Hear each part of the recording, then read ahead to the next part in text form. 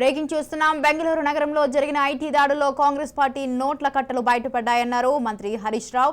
ఇక అక్రమంగా సంపాదించినటువంటి అవినీతి సొమ్మును తెలంగాణకు బదిలీ చేసే ప్రయత్నం కాంగ్రెస్ చేసిందని ఆరోపించారు. ఎన్నికల్లో డబ్బు పంచి గెలిచే ప్రయత్నం చేస్తున్నారని అన్నారు.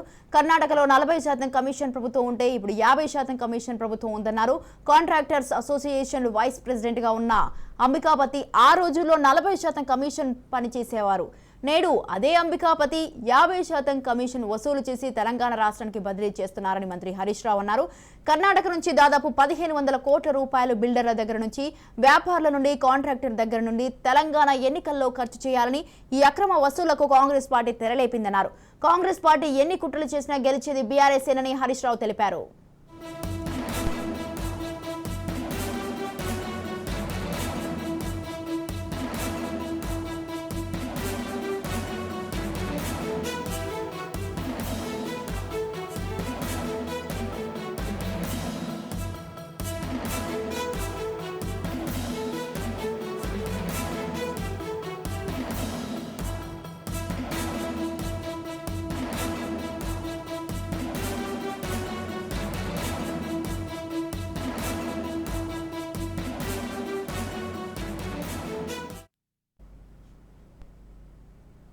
తెలంగాణకు తరలించే దాంట్లో ఎవరైతే పాత్ర వహిస్తారో రేపు తప్పకుండా తగిన మూల్యం చెల్లించుకోవాల్సి వస్తుంది. జాగ్రత్త అని కూడా వారికి మేము హెచ్చరిస్తా ఉన్నాం.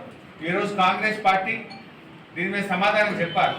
ఎందుకంటే ఈ అంబికాపతి గారు కాంగ్రెస్ పార్టీకి డికే శివకుమార్ గారికి అత్యంత సన్నిహితుడని, మాజీ ఎమ్మెల్యే ఈశ్వరప్ప గారికి కూడా వారు అత్యంత సన్నిహితుడని, వారు ఈరోజు కాంగ్రెస్ పార్టీ పక్షాన తెలంగాణ ట్యాక్స్ అంటే తెలంగాణ ఎన్నికలకు డబ్బులు పంపాలని తెలంగాణ ట్యాక్స్ అని పెట్టి అక్కడ బిల్డర్ల నుంచి, కాంట్రాక్టర్ల నుంచి డబ్బులు వసూలు చేస్తూ ఉన్నారు.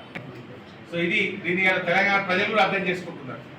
రేపు తెలంగాణను కూడా అట్లే మార్చే ప్రమాదం ఉంటుంది. అందువల్ల తెలంగాణ ప్రజలు ఇవాళ అర్థం చేసుకుంటున్నారు. కాంగ్రెస్ ఏందో ఇవాళ అర్థమవుతా ఉంది.